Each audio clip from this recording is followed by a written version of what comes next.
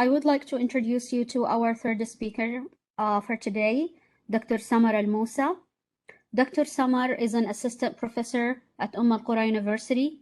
She holds a PhD in applied linguistics from King's College London. Her research interests and publications are focused around teachers and students' learning, teaching and assessment experience, assessment practice, and assessment literacy. She blogs about academic experience and offers workshops on language learning, academic writing, IELTS test preparation, and postgraduate studies. Now, Dr. Samar will take over the platform, please. السلام عليكم ورحمة الله وبركاته. Thank you very much. Can you hear me clearly?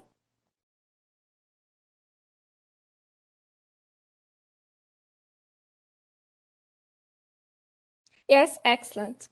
Okay, so as thank you very much, Dr. Noah. I'm very excited to be here today. It's such a great day with great educators and great topics. So today I will talk about what I'm specialized in, which is language assessment. My PhD was focused on classroom-based assessment. And today, as we are living in the 21st century and we're talking a lot about 21st century educators, education, learners, lots of talks about creativity. So today I will link between how we can unlock creativity in our classroom in our daily classroom assessment.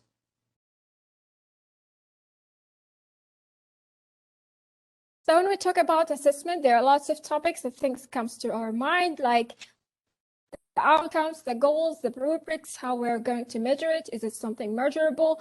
We think about the results, the information, the curriculum, the program that we are teaching, the objectives, the students, and the mission we want to achieve, the ministry goals, and so on.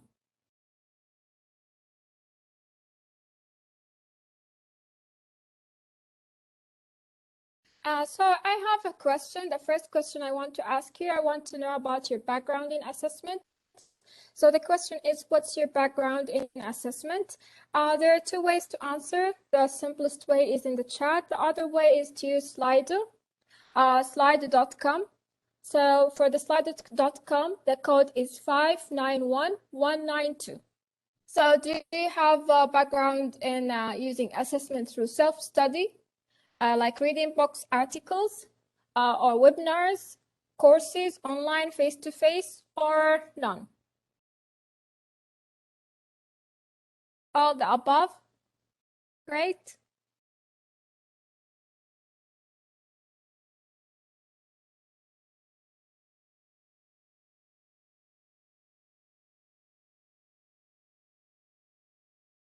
We have 50-50 so far between self-study and courses.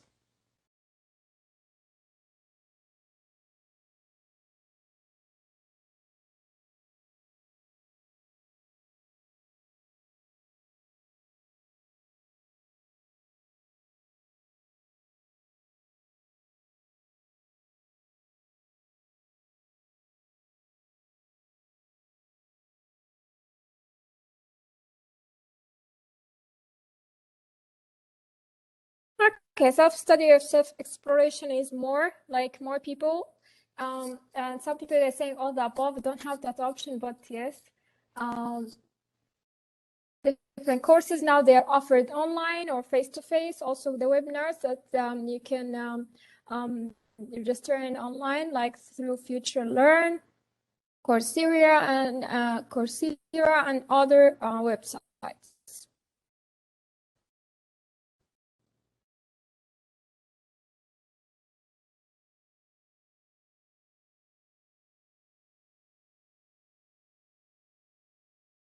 Okay, so now we will move to the next question.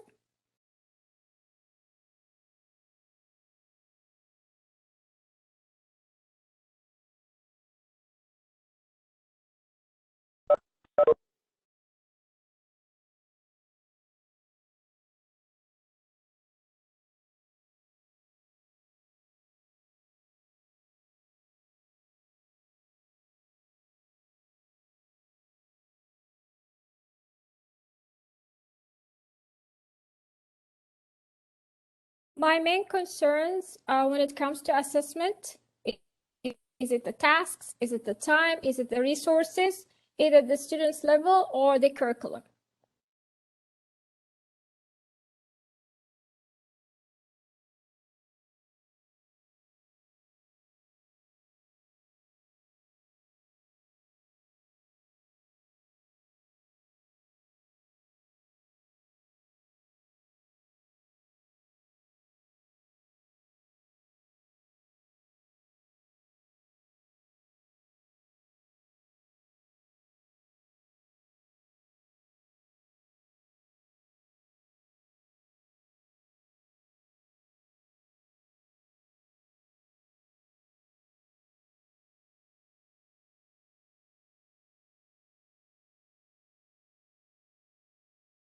So we have more about the student's level, and then the curriculum, then the tasks, then the time, resources, more votes for the student's level.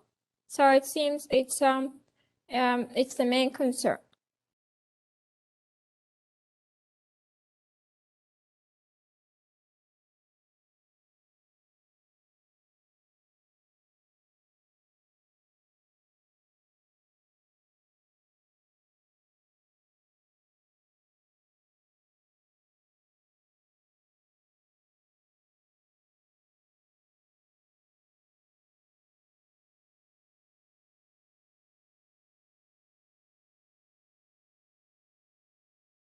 Slido is one of the websites that we will talk about later when it comes to understanding or learning more about our learners, also as a way to share goals, the way to assess knowledge, skills, understanding, and a way to have discussions, a way to have like an open discussions about topics that we might not want to talk about, or it's difficult to talk about, or our students are concerned about, but they don't want to share them with others.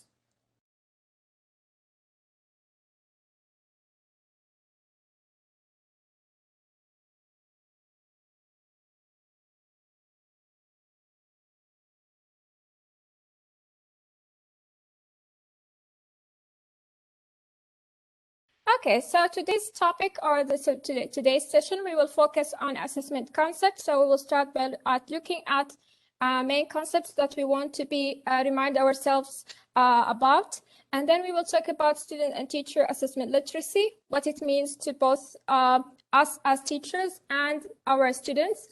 And then we will talk about myths and misconceptions about assessment. Then we will talk about unlocking creativity in classroom assessment. Classroom-based is that any kind of assessment that we do in the classroom as teachers, and it's day-to-day kind of activities. And then we will see some practical activities. So the first thing that we want to look at is assessment dimensions and our priorities when it comes to assessment. Assessment education, we learned the importance of having assessment purposes, assessment processes, and fairness and theory, assessment theory.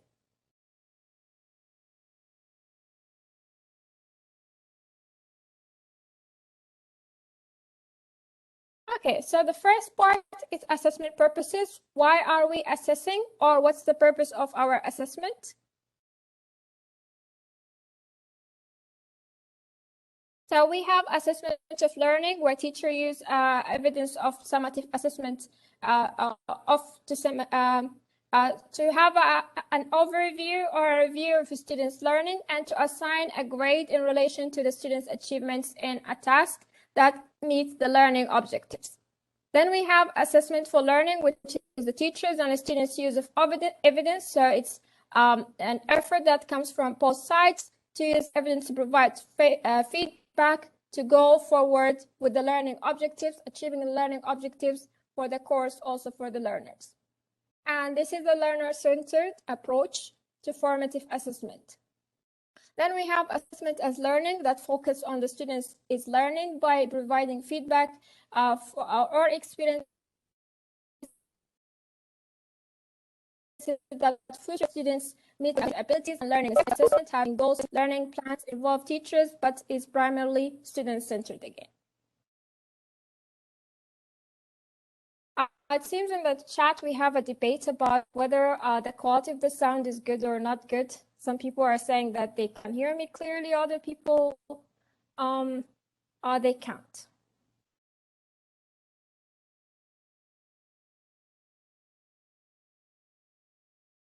So there's two sides. I don't know. I have to go with which side.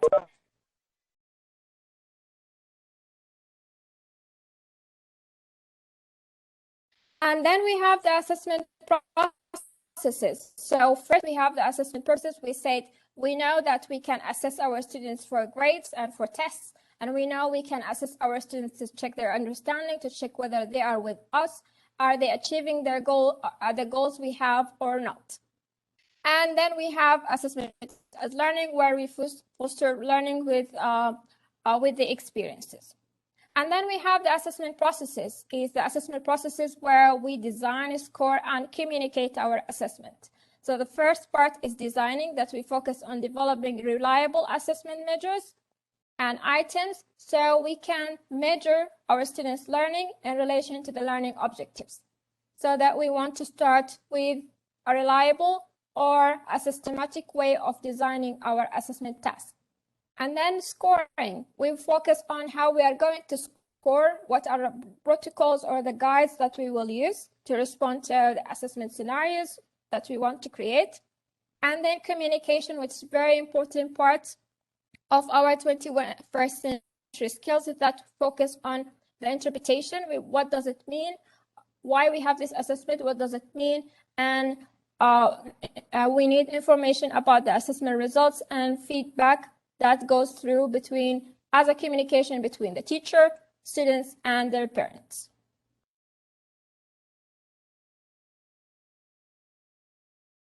And then we have assessment fairness. It's very important that when we assess, it's a fair process.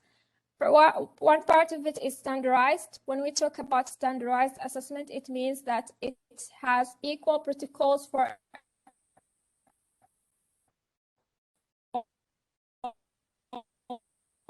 all students, regardless their ability or what they can do is equal to standardized. It means it differentiates protocols for other students. So if we know students with a special education or a certain part, and we know that we have to create the assessment protocol that affect everyone. And then we know it's differentiated. Differentiated, it means individualized learning opportunities and assessment that address each student's unique learning needs and goals. It means we don't have the same assessment for the whole subject or the whole course. For example, we just don't focus on having only tests. We want to differentiate. It means that we want to give our students different ways to show their ability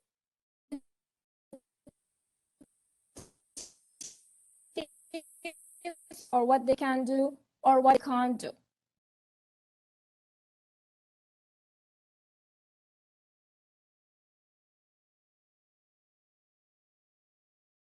Here is an example of assessment fairness.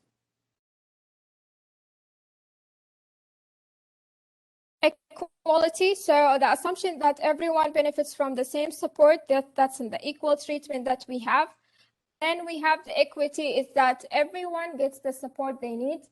So when we know this is when we talked about we want our assessment to be equitable, it means when we know that some of our students, they are special need or they need special attention, that we make sure that the task is suitable for their level.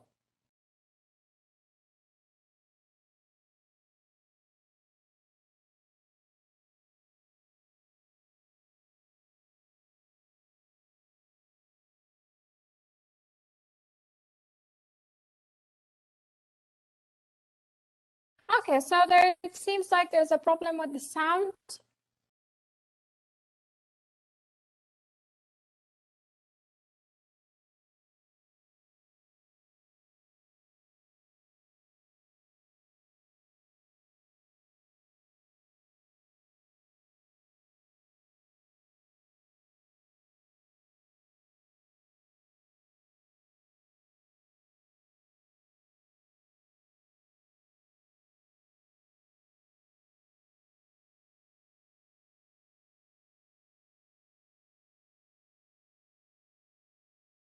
when we talk about justice, it's more like we know that everyone has the equal opportunity or without the support. So justice is not always what we can achieve, but we try to work on equality and equity.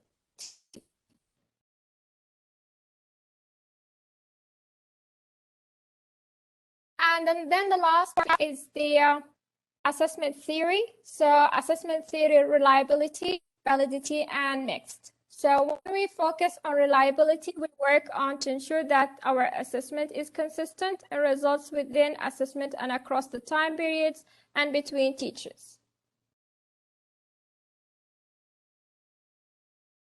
So when we talk about reliability, it means if I choose to use the same task, but with some modifications next year, that we will have the same results.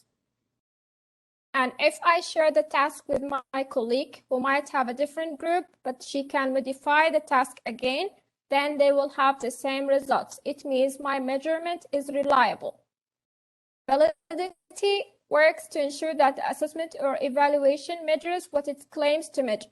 For example, if I said I want to measure my students can use he, she, it, it means I give them an assessment where I ask them to write sentences using he, she, it, or I give them quiz or multiple choice questions where I ask them about, I give them a picture, for example, of a cat, and then I will ask them, is it she, he, or it? But I can't use, for example, they, or I can't use complicated sentences, or I can't give them complicated sentences and ask them to answer them or to create complicated sentences, because this is not what I'm focusing on. So my assessment is valid, is it when it's measured, what's supposed to measure, or what it meant to measure. And then we have mixed is the works to ensure consistency, that's in measuring what assessment or evaluation it intends to measure, and to which the assessment or evaluation measures what it claims to measure.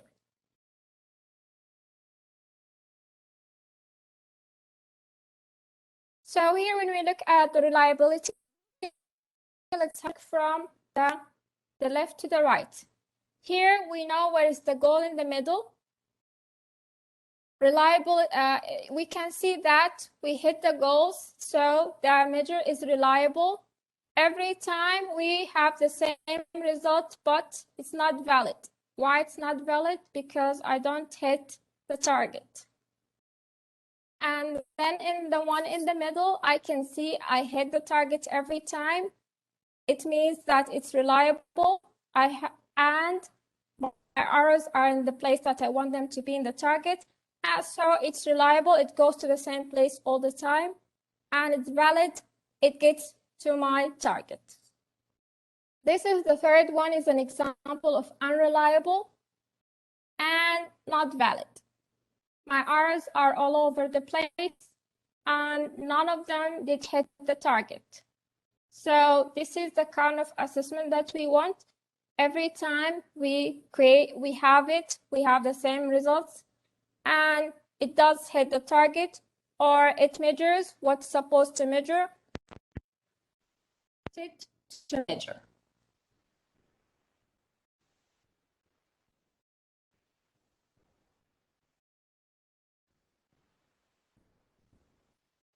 So when it comes to students' assessment literacy, how it's defined, assessment literacy for students focus on students' understanding of learning objectives, learning goals, learning outcomes, learning intentions. What are they called right now? They are called differently in different places and different time. Also the assessment, so they know what they are assessed on. They know the assessment process, how it goes. They know the procedures, the time, the length, all the information, necessary information they need, the assessment requirements, what is required from them, and what are the criteria for being assessed. So they know what are the criteria for them being assessed at the end. Why it's important that our students they know the assessment literacy?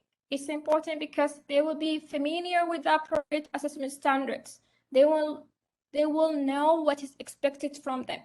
Once they let someone know what is expected from them, they can work on it. They can work toward that goal. When they can share the same goal, they have a vision about what they are supposed to do or what are looking forward to. And this is, as we said, classroom-based assessment is an everyday practice. It means in every class, I have to share with my students the learning objectives, what we are trying to achieve today, how are we going to achieve that, and at the end of the class or the next class or end of the week, we have formative or summative assessment to see whether we reach the goals that we shared together or not. So when we think also about students' assessment literacy, from what we talked about earlier, that we focus on learning intentions or the objectives.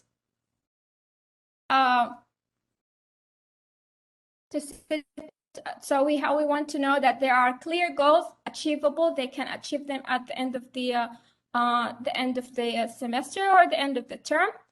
Learning outcomes, what they can do at the end, what they will gain from the course. And what are the standards or the criteria for the assessment? As someone just mentioned, that they only think about the grades, but we can always, with the creativity, involve other things they can focus on. Also, the peer support or the one-to-one support they can receive from each other or from the teacher. When it comes to assessment literacy for the educator or for the teacher, it's very important that we are familiar with the knowledge, skills, and abilities that are required to design and develop and maintain or evaluate our students. That includes test processes, how we design, score, and communicate, what are the principles and concepts that we use, the ethics and codes of practice that we follow, so we make sure that our assessment is ethical and fair to everyone, because it affects our students at the end. It has an impact on their future, on their parents, on their on how they think about themselves. So we have to make sure that we create a good assessment to make sure that it hits or reach the goals that we have or the learning outcomes.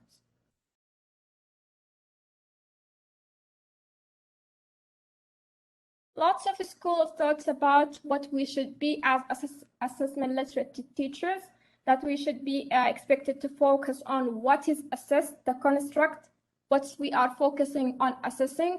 As I said with the example, if I'm focusing on he, she, it, I know that I want them to focus on these things with simple examples. If I want to focus on how to write a paragraph, then I would think about whether they're what criteria that I want to include, like the introduction, the body, and the conclusion, even if it's a simple paragraph. How it will be assessed. Very important also to think about the instrument.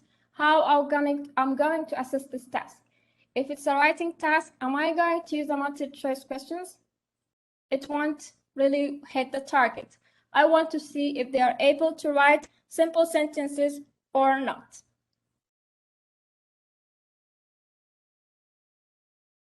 And then also, are the test assessment tasks aligned with the learning objectives? For example, I have grade 1. Are part of the learning objectives writing? If not, then I can't include writing for the learning objectives because it doesn't hit the target. So I only add or include what is in our learning objectives. I might be an ambitious teacher. I want to include everything. I want my learners to be the best, but time to include everything. We want to focus on the learning objectives we want to achieve. So a lot of emphasis, as I said, on teacher knowledge, skills, principles, expertise in assessment, because the results might lead to good results or might lead to misleading results. So way we design our assessment might lead to misleading results about or information about our students and what they can or can't do. Also, part of what expected from assessment literate educator is they know how to develop sound assessment. Sound assessment means that assessment that based on principles and assessment theories, as we said, it's valid and reliable.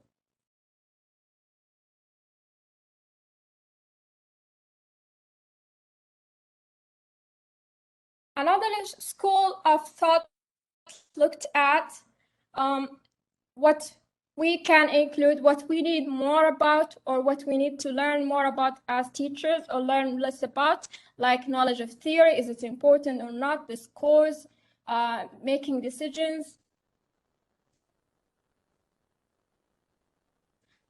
the skills that we make, practical, and language pedagogy.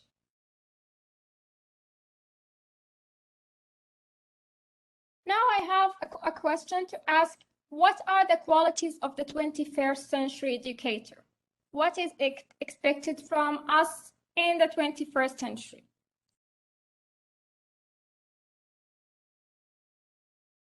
So Slido with the same number 591192.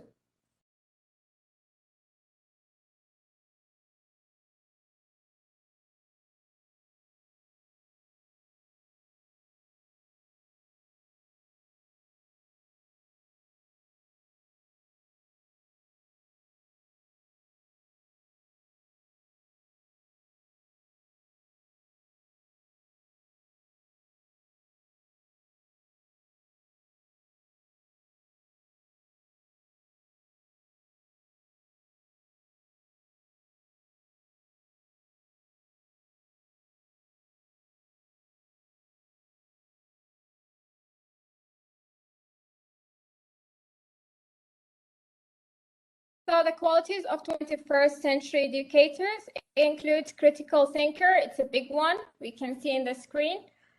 Self-learning,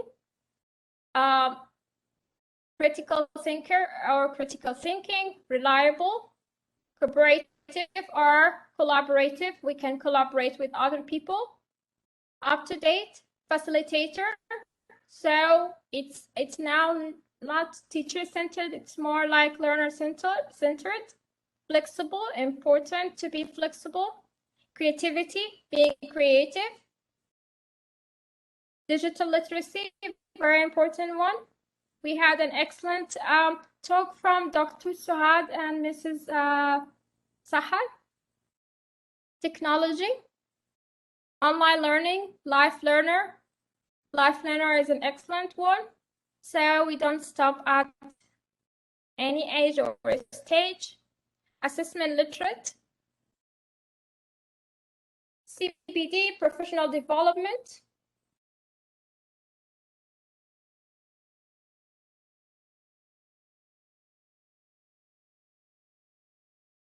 Multitasking. Supportive, very important one to be supportive.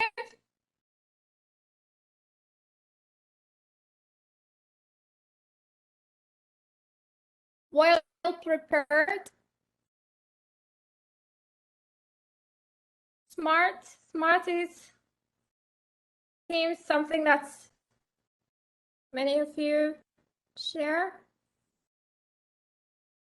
Like as one of the big most repeated answers, critical thinkers, smart and self-learning, creativity as well. Confident.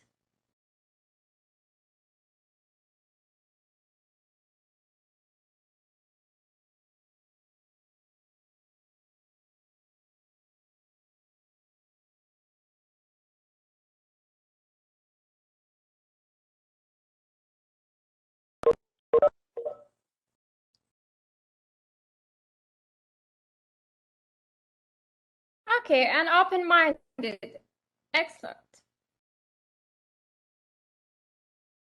So when we think about our qualities as 21st century educators and what is expected from us, it's the same for the 21st century learner. So today we want learners, or we want educators, or we want people who work in different departments, spaces to be effective oral and written communications, communicators. They can communicate with others. They can collaborate. They can work with other people. They can adapt to change. So they are flexible. They are critical thinker. They can solve problems. They can take initiatives. They are curious about learning, and they have imagination. They are positive, resilience. They can persist. And they have the empathy. They have the vision for the things that they want to do. They have ideas. They have the self-regulation. So the same things we want to think about in our classroom as a 21st century classroom is the same things that we want to think about when it comes to assessment. We want some creative qualities to be incorporated in our day-to-day assessment.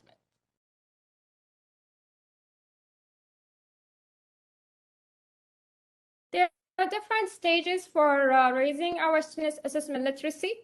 And when we focus on raising our assessment literacy, we at the same time focus on our own assessment literacy. So when we think, for example, on the learning objectives, what we want to achieve at the end, what we are going to learn, and why we have the purpose, then it will be clear from both of us what we want to achieve from this course. Even the simplest things that we want to focus on, we want to make sure they are clear goals. How it will contribute to their future studies or learning outcomes. We want to be clear with our communication. We want to have a vision for why it's important. We want our students to be curious about what they are doing and to use their imagination about how this will affect or change their life or contribute to their future plans. What are they to be assessed on, and when and why? So they need to know the assessment standard, criteria, and tasks. So this is part of being making informative decision and making sure that the information they need, they are familiar with, and they know it all the time. And what is expected from them, making sure that the expectations are clear. So also in our book, we know what we expect from our learners. So when we have our expectations, they are clear to us and clear to them. We know what we are measuring. We know what we are assessing. We know what we are tracking as progress. For example, participation, peer support, collaboration, self-assessment.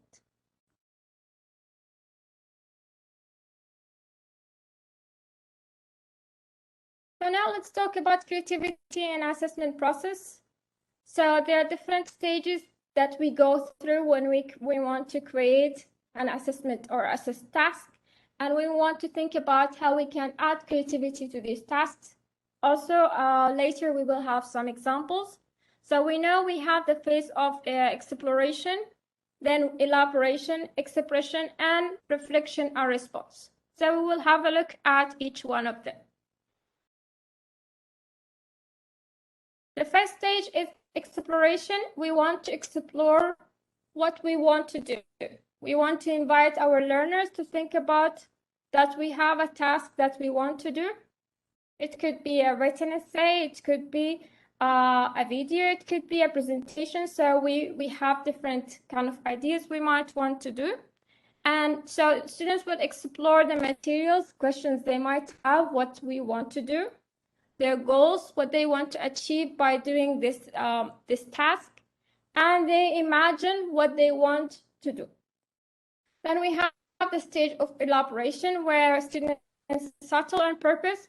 So they have a purpose for what they have to do, or what they want to do, or the task they want to do.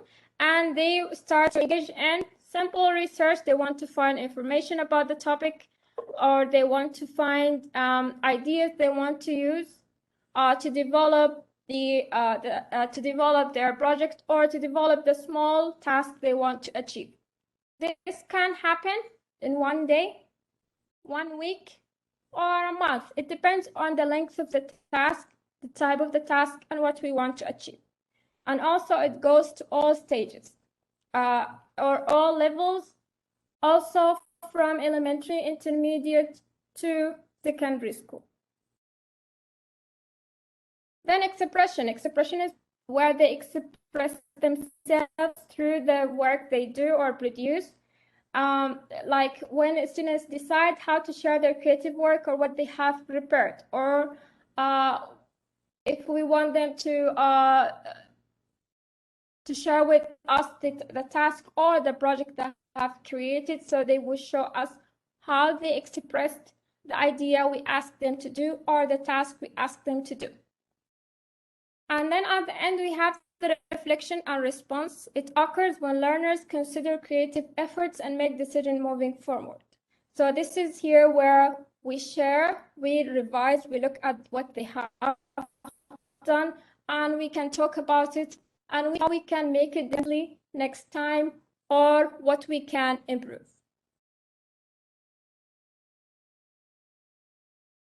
Another way to look at it is that for the creative process, start with the inspiration.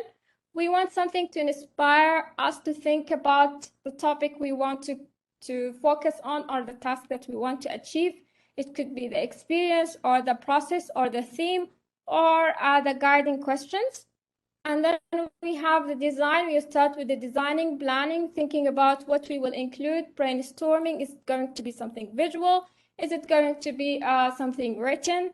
Is it going to be an image, an infographic, a video? Mrs. Sahar gave us really very excellent resources and ideas. And then we have the creation, where we have the produced work. We can look at it, revise it, or reflect.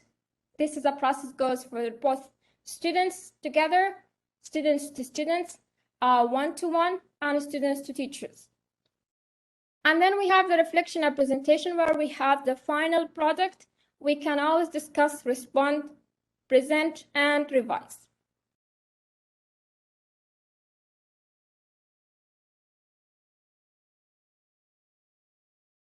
So we talked about the 21st century skills. The same thing goes to creative qualities in assessment, that we want curiosity to be there in the classroom, resistance, I did the task, or I wanted to write 3 sentences, I couldn't write 3 sentences, I would try again. So this is to resist. Collaborative is very important part. It's like, I can't do it on my own. You might want to work with someone else. It could be pair work or group work, and so on. Imaginative, using our imagination, we might want to do drawing. Critical thinking, risk taker, flexibility. Flexibility is very important. It goes to not only with the task that we do or the students, also with us as teachers. Sometimes we give tasks and we have some rules, and then our students, they ask, can I do it in a different way? Can I add this? Can I change that? It's very important that we are flexible when it comes to allowing our students to unlock their creativity in the assessed tasks. So we want it to make sure that it's fair, standardized, and equitable, but at the same time, we want to make sure that we have a room for flexibility. And then reflective is, as we said, we want to reflect on the achievement, the progress, and how we can move forward with what we have at hand.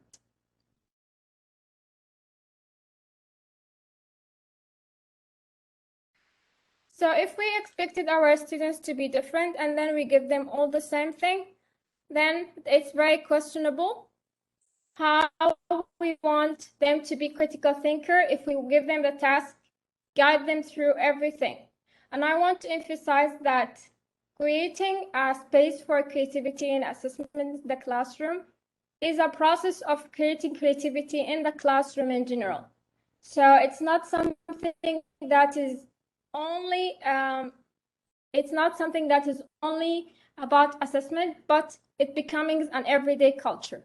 Creating an environment and a space in the classroom for communication, negotiation, reflection every day can make things easier when it comes to performing assessment. Now I have a task for you. I want you to look at the 5 statements and decide which one is a fact or something can be true and which one is a misconception about assessment.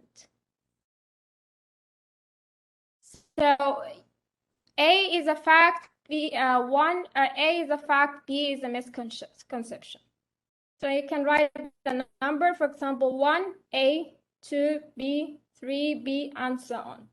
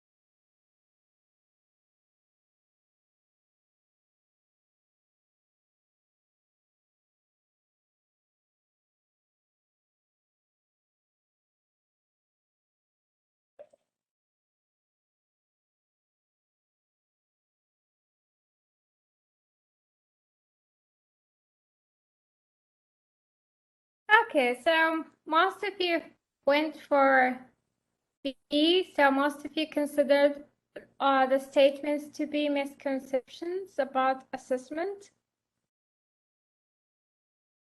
We have some interesting answers, and there are always room for debates.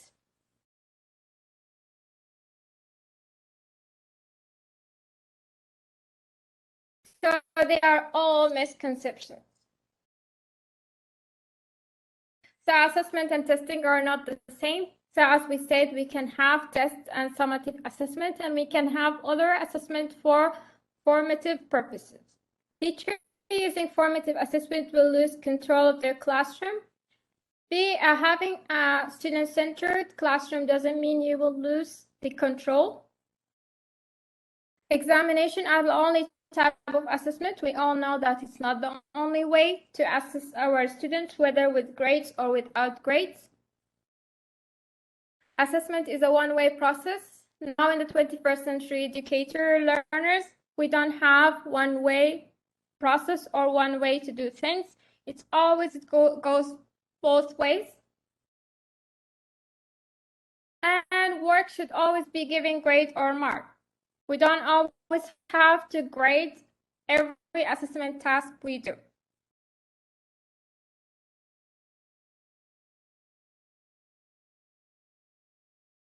There are other myths and misconceptions when it comes to assessment. The teacher should own assessment. As we said, it's no longer a one-way process.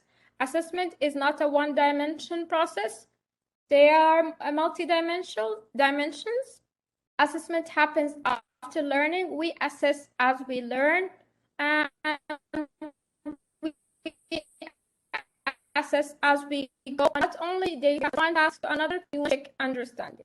It's there are myths like assessment should be measured only through written products, like test, quizzes, essays. It's not always that way. Assessment is objective. Creativity is subjective. That's a myth as well, that the idea that we can't assess creative work and students don't accurately self-assess. If we occupy our students with the needed skills, they can assess themselves and assess others at any age, at any stage.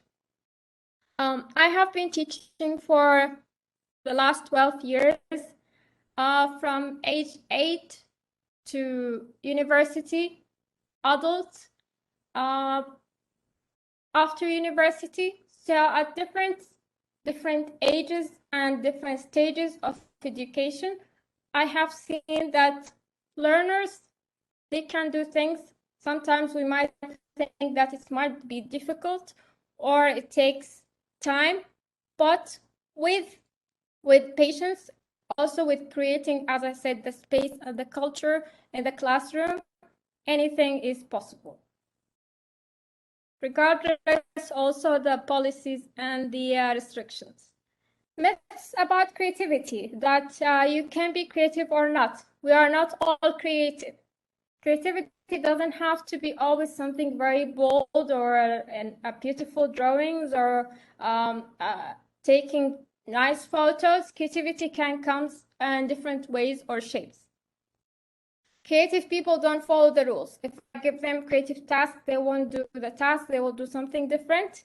You can always have guidelines, as I said, and then we can be always flexible with what we can include. Creativity can be measured.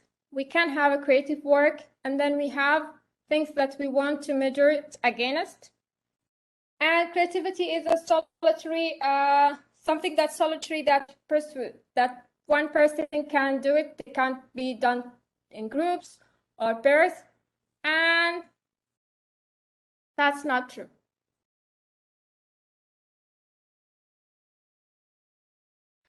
Mrs. Sahar talked today about Bloom's taxonomy. It's very important when we think about the way we look at assessing our students.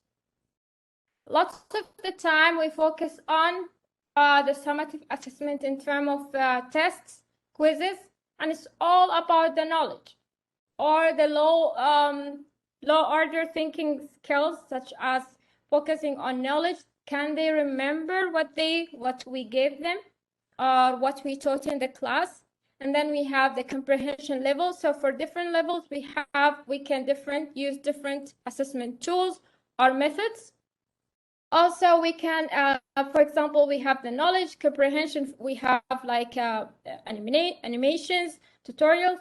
Application, we can have, again, multiple choice questions. We can have games. We can have the same different assessment methods at different levels of Bloom's taxonomy. And we want to think about, when we create our assessment task, is to create a balance between low order thinking skills like focusing on knowledge and comprehension, can they remember, and between application, analysis, and evaluation, can they create something, can they show us how to do the task in a different way, so we can have different level, which is application. Not going to go into details, but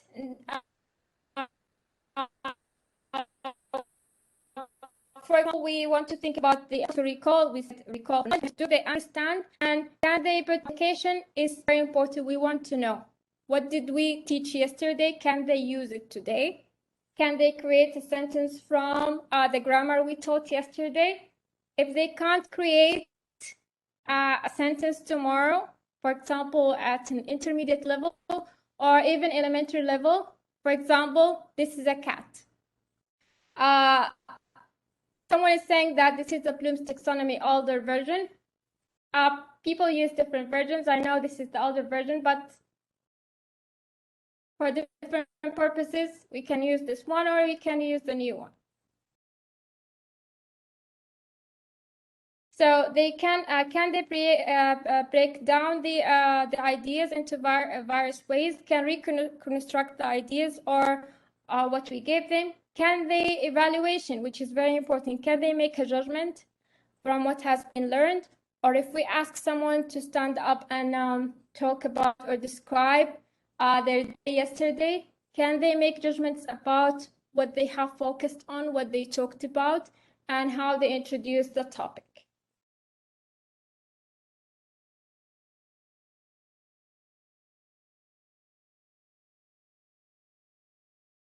There are different ways we can develop students' creativity in assess tasks,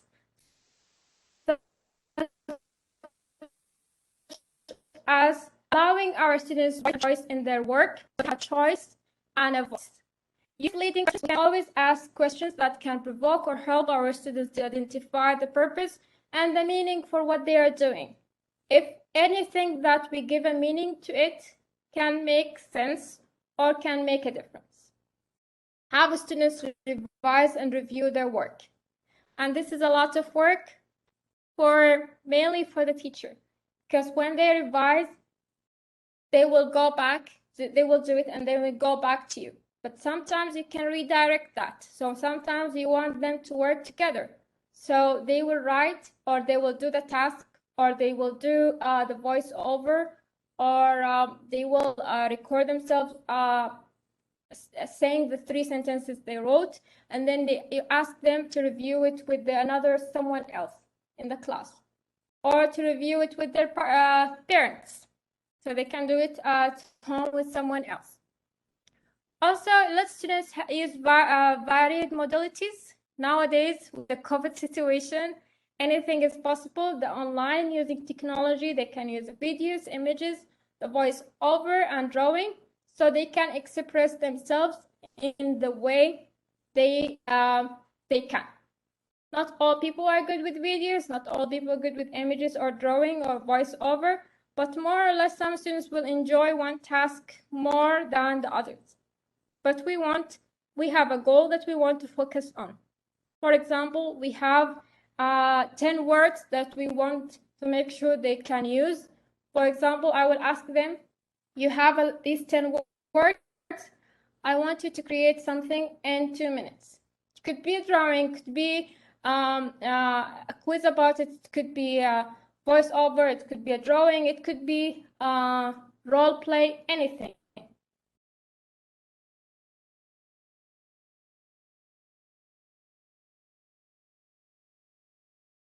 As we said at the beginning, and I keep going back to it because it's very important that we craft the learning goals. Once we know what we are doing something, we will know why, where are we going with it. And also it's very important that we revisit and revise our learning goals. One way that I like to do it with my students at the beginning of every semester, ask them to write learning goals from the course, the ones they want to achieve, so I can know what are their skills, where are they at, and what they want to achieve.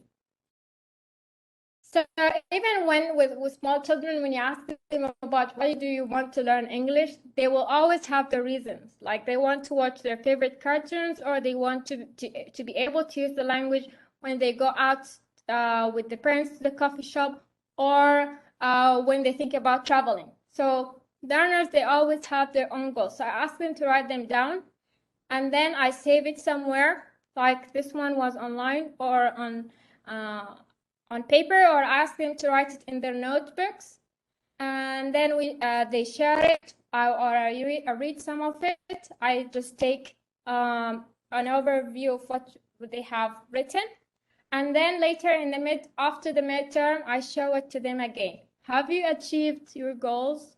Things you still want to work on?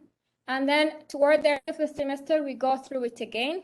So, and the best thing about the end of the semester is that when they realize that I have achieved my goals, they feel really better about, proud about what they have done and what they have achieved.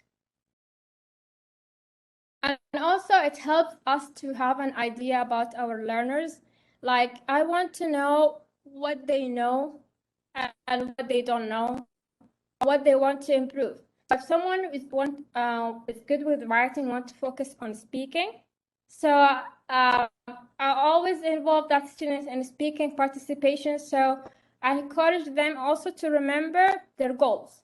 So I always encourage them to remember what they really wanted to achieve, so they work toward it, and it's very motivational. So when they remember that if you want to be able to speak or to write better, you want to practice it.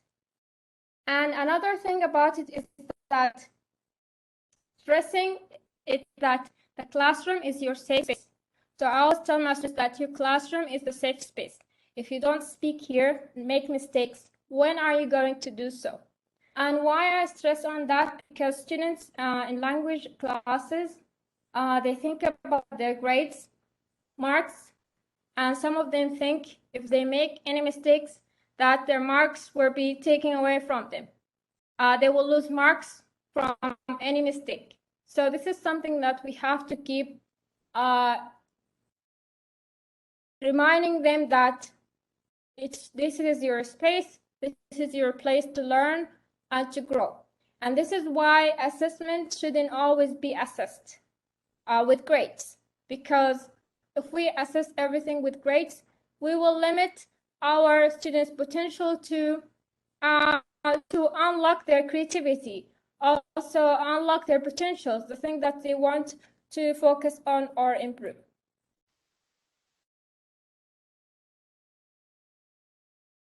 Also, it's very important that we focus on awareness of success criteria. So if now when I tell my students this is your safest space to practice, I have to make sure that they know what are the criteria for assessed work.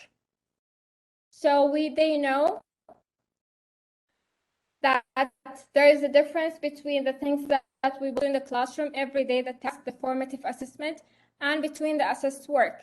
So they feel that it's safe, they can speak, they can make mistakes. So how do we involve our students in the assessment criteria? Involve them in small decision making. So they are part of the process. They are not only receivers of the quizzes, but we allow students to discuss and decide when they want to have their quiz, or when they want to have the project to be submitted. So small decisions can make them feel like they are really involved in what you do. Sit and discussing the criteria with students. What a good work can look like, what a good task can look like, whether it's a quiz or whether it's a presentation, or it's with a small talk, or whether it's writing small short sentences. Engaging students in the role of assessors, they love it. Co-assessment, they can ask them to correct each other's sentences or paragraphs, or they can sit together and revise. For example, if they give them 10 words for the week, they can evaluate their oral presentations or oral presentations, or and they can have their favorite mistakes. It's one of the things they like is that we share favorite mistakes, for example, from the pronunciation or from the written work they have done. So we can always focus on common mistakes. We talk about it in the classroom. For example, I would ask them, which is the better way to pronounce, for example, the word fine, fin or fine. So they will, some of them, which one is the correct pronunciation, which one is not.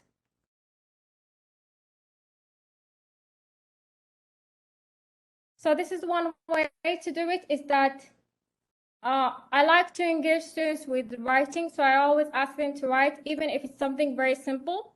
They will ask them to write what they think, especially when they are in the intermediate or secondary school level, where we want them to start writing sentences, how to use linking words, so they can use them when they talk or when they assess each other's projects. I want to share now a practical task that I had with in one of the courses. Is that I told my students that imagine you are having a conversation with a colleague, and you want and I gave them the requirements. So we had units about different situations or different topics. So I gave them options. I asked them to describe a situation or a person, describe allocation or give direction, mention the hospital departments and the specialists. So it was one of the subjects they had. And I told them you can work in pairs or groups, and you have 4 minutes to do the task. So if you are two groups, if you are two students, you can do it in 4 minutes. If more, then you have more time. This slide, you mean?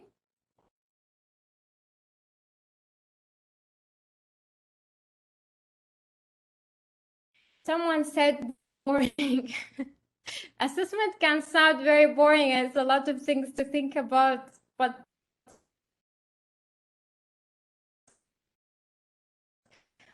once you are in the process, it's easier. So I always make sure that it's very simple and clear when we give the task, the information and direction to students. And we give it in different ways, verbal and written. Sometimes we ask one of the students to re-say or what we are expected to do, because students learn more from each other.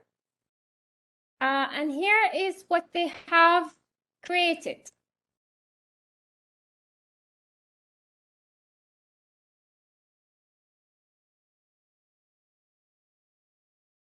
Hello.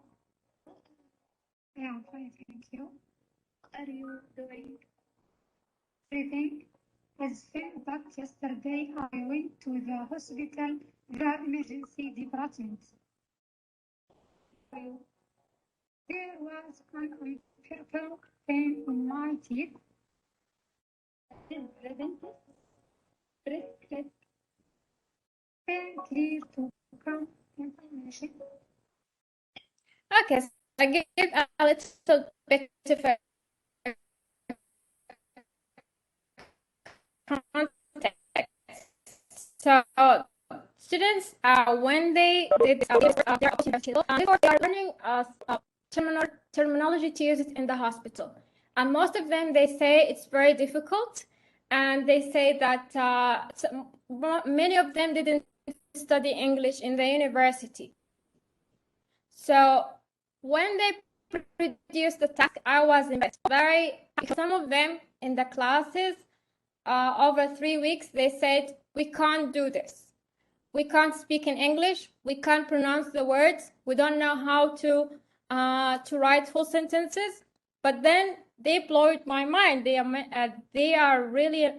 created amazing projects like this one. So I didn't ask for a video. I said, you can do a presentation, not a presentation, it's a conversation. All I want you to do is to come next day or next week and just have a conversation using what I asked you to focus on, and in 4 minutes. And then they for Tahani and Aziza, I asked them, I took their permission to share their project today. So they were very excited.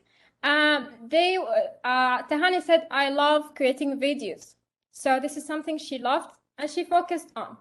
And when I assessed this work, things that I want to focus on with them later is like things like I gave feedback to each group with the pronunciation, for example, how to pronounce some of the keywords, because speaking in their job is very important than writing. So I sent to them feedback about the words that they mispronounced.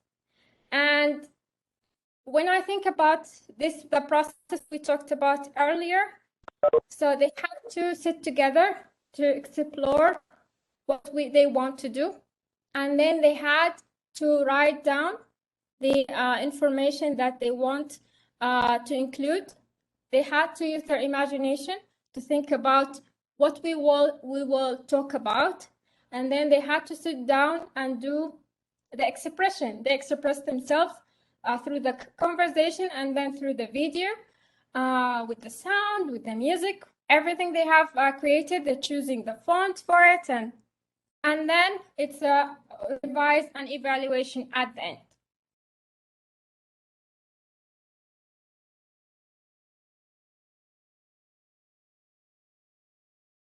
And while they did really excellent job, they always hesitate to show it. They was like, can I show you something that I have created? Like, it's always that, as I said, that we encourage our students, like, yes, you can go for it. You can do whatever you feel is that you want to do. So in my head, it was just a conversation. I wanted to keep it simple for them, and then they went and did what they thought will be suitable, expressed themselves through it. And then here is another example. They gave it to me at the end, and they did the conversation in the class, but beside the conversation, they did a booklet. So they had the title, it's a project for the English language terminology course. And so they had the visuals, they have the written information. And then what is so impressive is that they created a map. So they imagined a location, a place in the hospital, and they located different facilities inside the place. And I told them, when they told me it's a difficult task, how are we going to do this? I mean, the conversation, I told them, you will revise the subject while you are preparing the project. Because they had their, so they had to do this on Sunday or Monday, and then their exam will be on Thursday. So I told them, when you do the task, remember, it will help you to prepare for your exam, because you will revise the places, the locations, all the tasks that I gave them, the things that we have focused on during the course. So I want them to focus on that. So when I reminded them that it's not a waste of time, it's time savior for you, because you will revise with someone else. And so they have created the map, they have written the conversation they wanted to say, and then they came to the classroom and they did the conversation. And it was an excellent job and effort.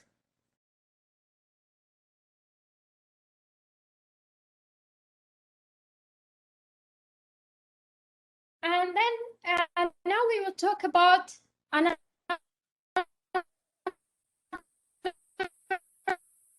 way of looking at it. Besides having a project, we can't basically want to save it.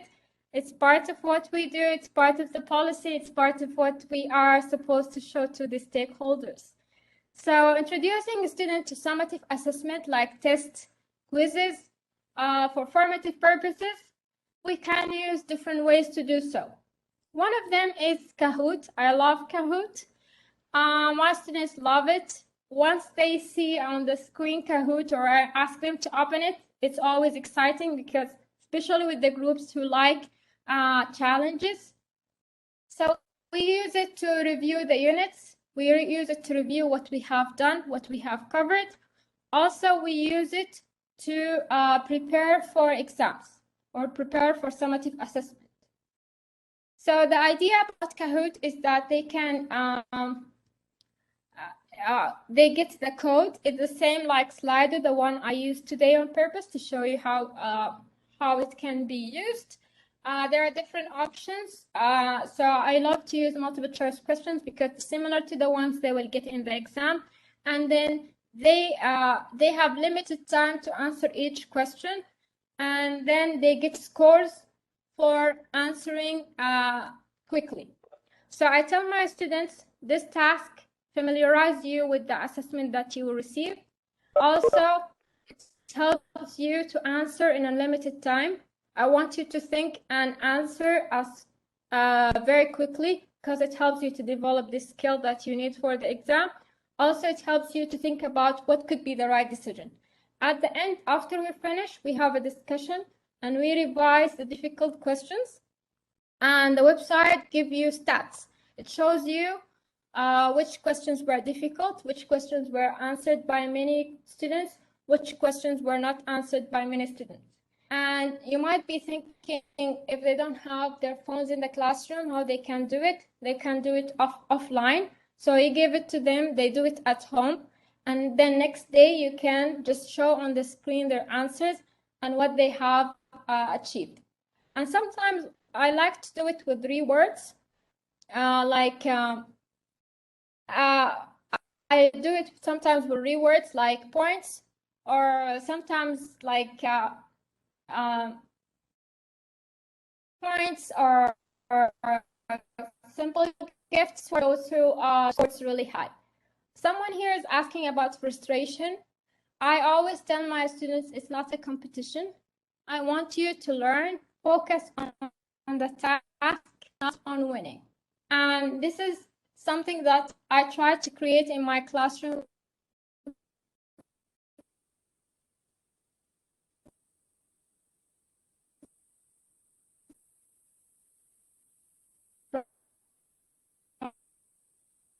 From day one. One of the things that I always tell we don't laugh at each other. So I try to create that positive atmosphere in the classroom. I always ask them to focus on themselves and to focus on what they want to achieve, not to focus on other in the classroom. At the end, these Kahoot challenges are not graded. I don't give them marks for formative assessment. So in online quizzes, no grades. We can revise, reflect, and it can be very relaxing. It's a very relaxed because there are no grades. When no grades are involved, students can do better, in my opinion. Another way to do it is quiz your peer. I ask the students to revise the content together or individually, and then create a test. Before COVID, we used to do it on paper. So I ask them to write 5 questions. It's multiple choice questions, and they have to be I give them from which units they have to create them. And I give them general guidelines, and then they create it. And they love it so much. You will be amazed at how creative your students can be with creating questions. Also, you can do it verbally in the classroom, like ask them to write questions, and then they stand up and ask the question, and their peers will answer. You will be amazed at how they can create questions. It's very important with this task is to have simple and clear guidelines for creating the quizzes. It can be individual, pairs, or group work. It has to be timed, so I give them how long they will take to create the task. And peer correction. They can swap the paper, and the other group can correct their papers. And it's so much fun when it's on paper. Another way to do it is quizzes. I used it during COVID with the online. I asked my students to go to the website and to create a simple quiz, and then they send it to me. I edit the quiz, and then I share it with everyone for they can practice it at home, or we can do it together in the classroom.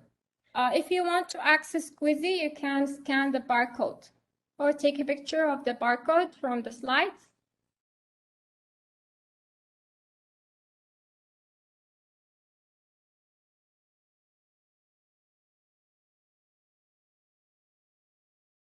So we talked about peer assessment or support each other with assessment. Also,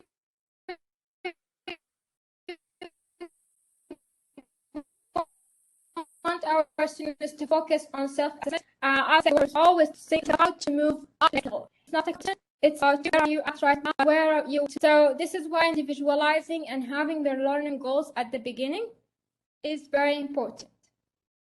So there are questions that we might then ask them to think or reflect on, like what do I already know?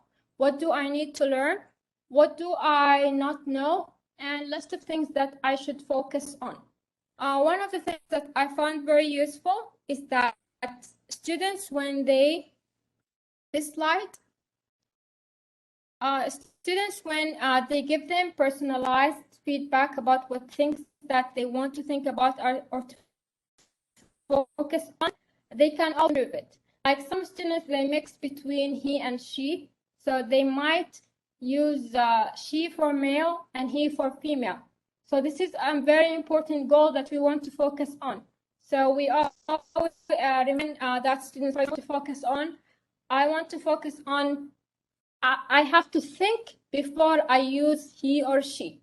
Or we can do it for the whole class, like we list things that we always find as problem or common mistakes that we want them to focus on.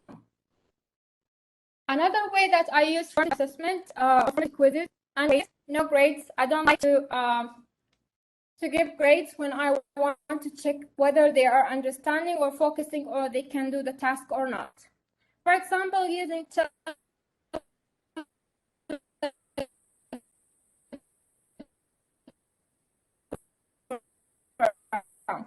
creating a channel on Telegram where I send them a link and then they ask questions. No one can know who is answering, and no one can know who is answering. This debate about whether it's clear or not clear. Cutting is okay. So we don't answer the questions, and we can do this revision after every unit. At the end of the week or the beginning of the week, they can do it at home. And now with COVID, they have the devices. Let's hope most of the students, they have the devices so they can use their device or their parents' device to answer these quizzes. So we can use it as homework. Homework instead of giving them homework or something to adjust them, we can do it through Telegram. And we always can have the questions. They can revise it for the whole semester or the whole term, and then they can revise it for the final. Yes, a Telegram channel. Someone is asking how to create the channel. I think you can find resources online to. I didn't know how to create a channel, but it was an easy process, so you can, I'm sure you will be able to figure it out. And I always stress on questioning and discussion, think, pair, and share. Always allow time for students to think and pair them with someone else to think and discuss their ideas. They can share it with us. So it's confident sharing and being part of the classroom.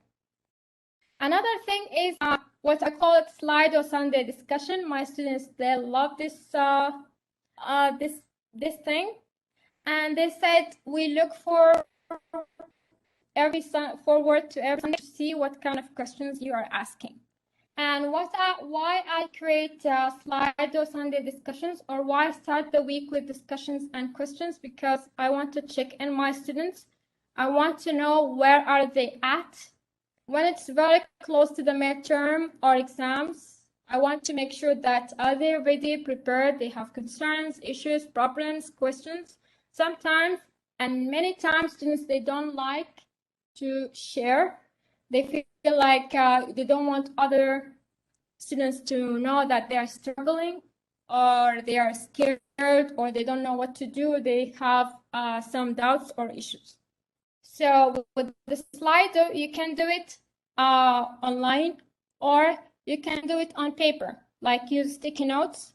When I started teaching in 2011, do these things in sticky notes.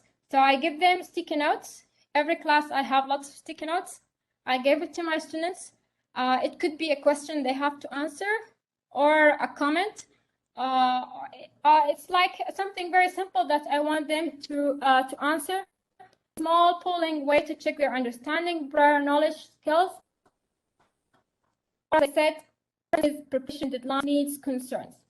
So the first question I always have is a very question that is not relevant to what we are trying to do, like, are you team tea or coffee? So they really get excited about this. So, and then after we have a small discussion about what do you like, we can talk about the elephant in the room. I have noticed that discussions about exams, tests, grades, makeup exams, difficult tasks, or projects can sometimes be the elephant in the room. No one wants to talk about it, but they are affected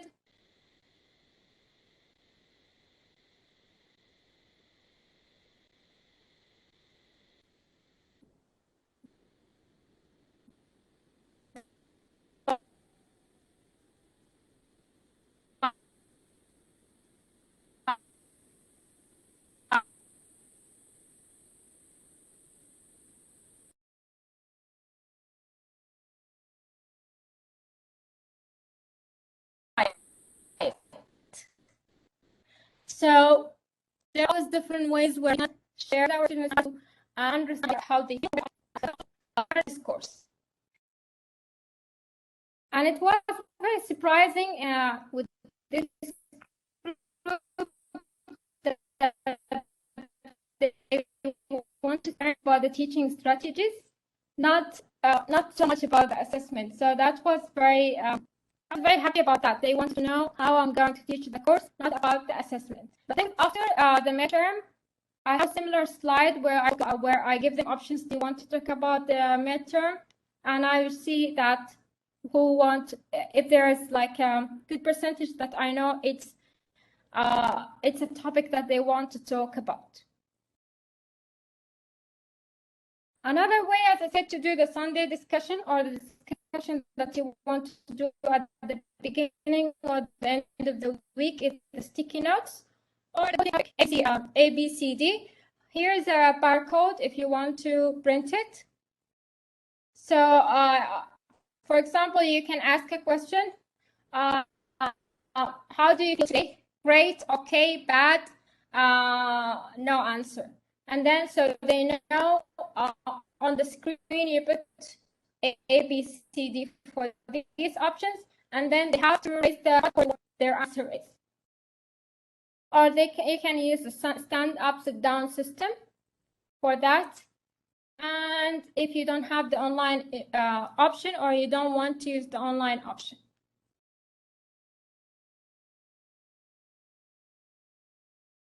If you can't use outside websites, you can always use the platform you have to do the same task.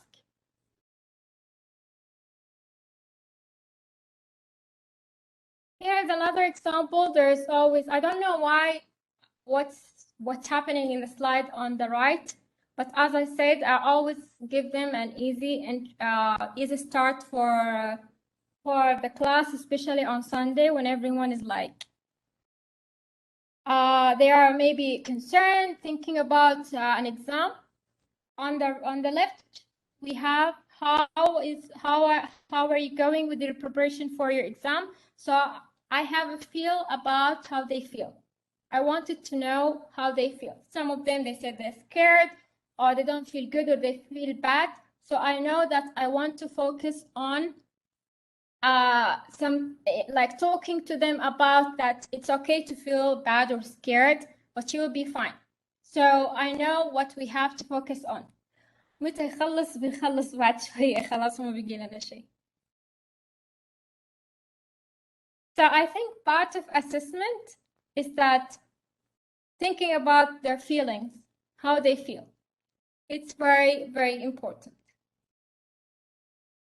Also, it helps with building a good relationship with the students, that we always think about, like, I'm not here to be the assessor, the one who is always hard on you, the one who is always use the red pen to penalize you for mistakes.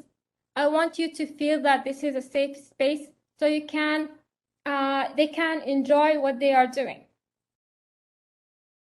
The check-in process, like questions, you can use the cards, like you can give them green or red cards. So when you ask them questions, are you ready for the exam tomorrow? They can show you the card, and it gives us information about the things that we want to focus on, or the things that we want to maybe pay attention to. Maybe I was overlooking something that they were not sure or clear about.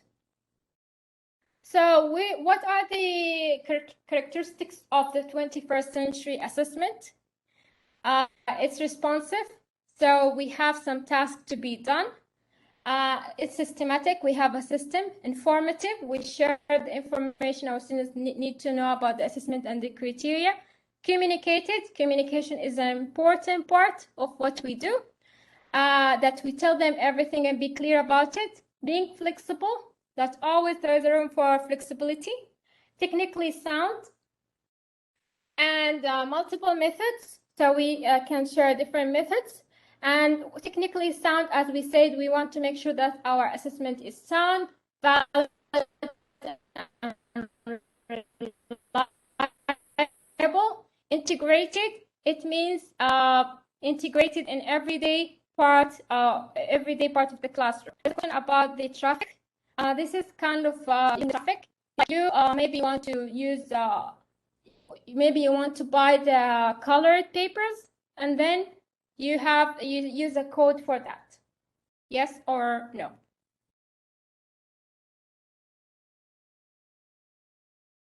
Threats to creativity in classroom-based assessment. What are the threats? There are things can threat what we do or can hinder our creativity in the classroom.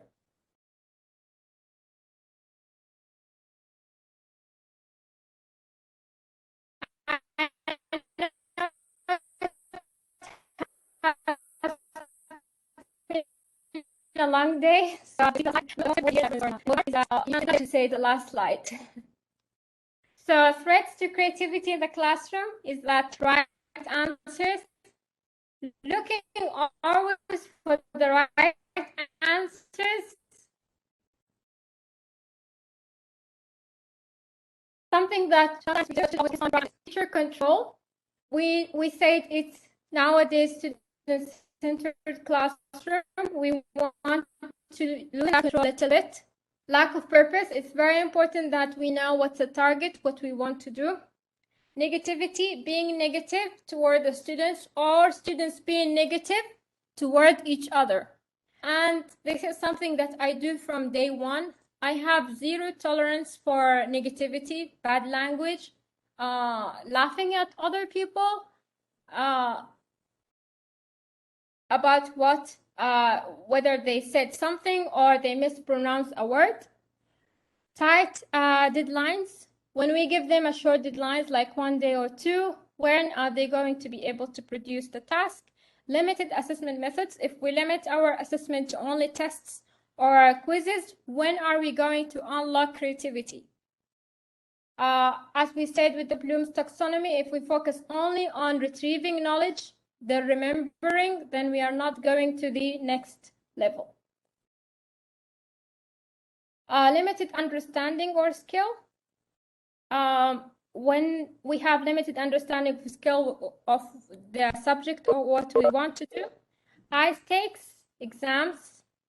Exams are always, they always threats to anything that we do. High stakes exams, when it comes to competition, the students always feel like they have to compete against each other. It can hinder creativity. And the most awaited slide, thank you very much for tuning today and for coming, for your participation, for nice words. So sorry about the cut. I don't know what's the problem. This is the internet that I always use, and I don't know why this is happening, but I hope you will be able to access the recording. Thank you very much.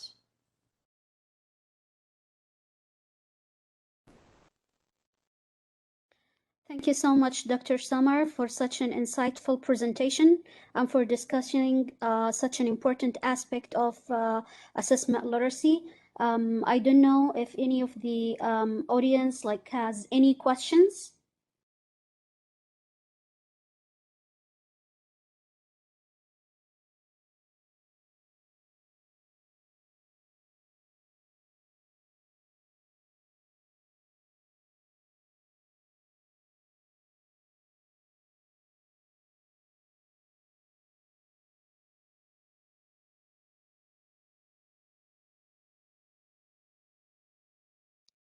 I saw a question there.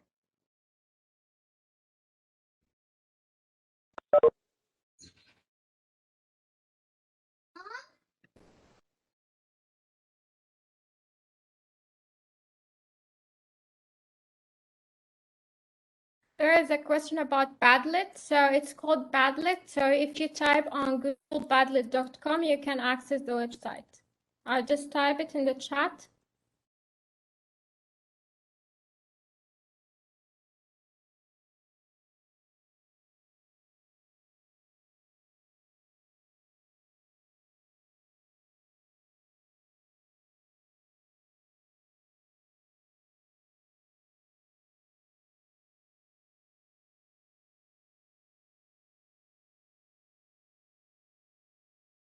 Well, there is a question here about the level of the assessment you use for AFO strategies. We can use it at different levels. We might ask formative questions or simple questions to check understanding, to check that they can remember what we have taught yesterday or what we have covered the day before. Or we can use it for application, that we want them to apply their knowledge. We ask them, we want volunteers to stand up and to do a role play. For example, today's lesson was about how to introduce yourself, so they can give us a simple introduction. So we can use it at different levels from the Bloom's taxonomy.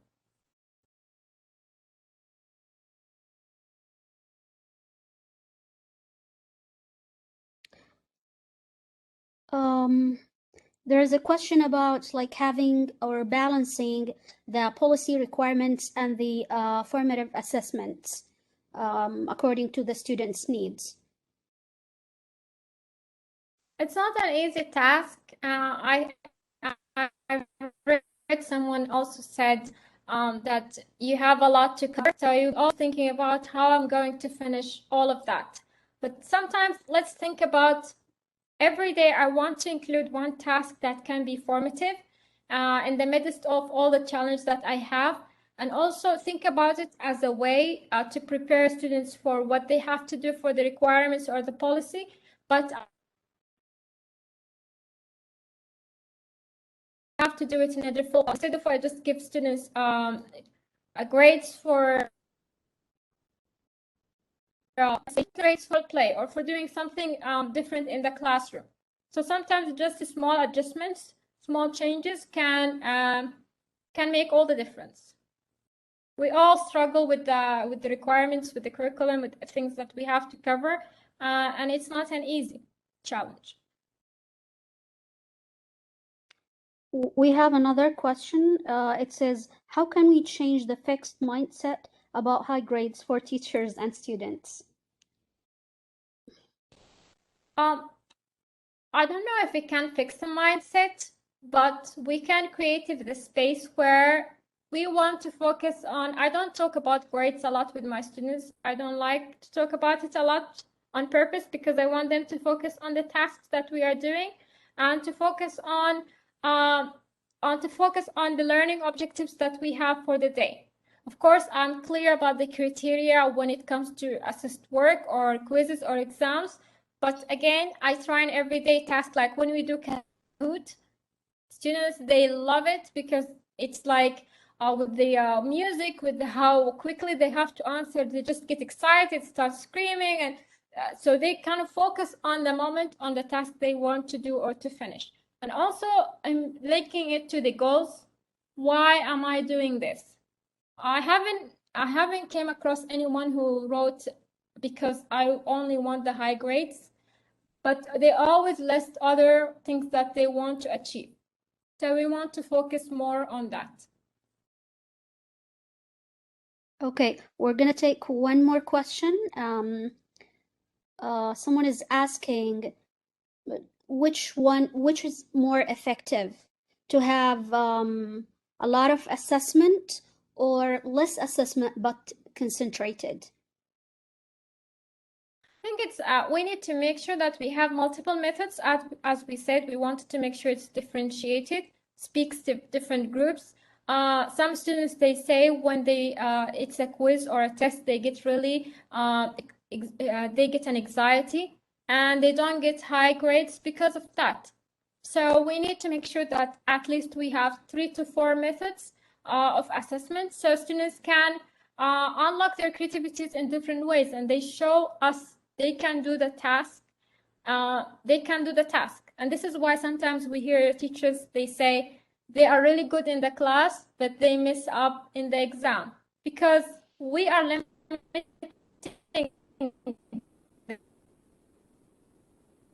them. We don't personal differences and preferences. Well, thank you again, Dr. Samar. We came to the end of the first day of the firm. We hope you enjoyed the sessions and you found them useful. Please make sure that you fill in the attendance survey in English in order to get your certificate. You can find it in the chat box. Thank you again for joining us today, and thank you for our speakers and panelists. Enjoy the rest of your day and see you tomorrow.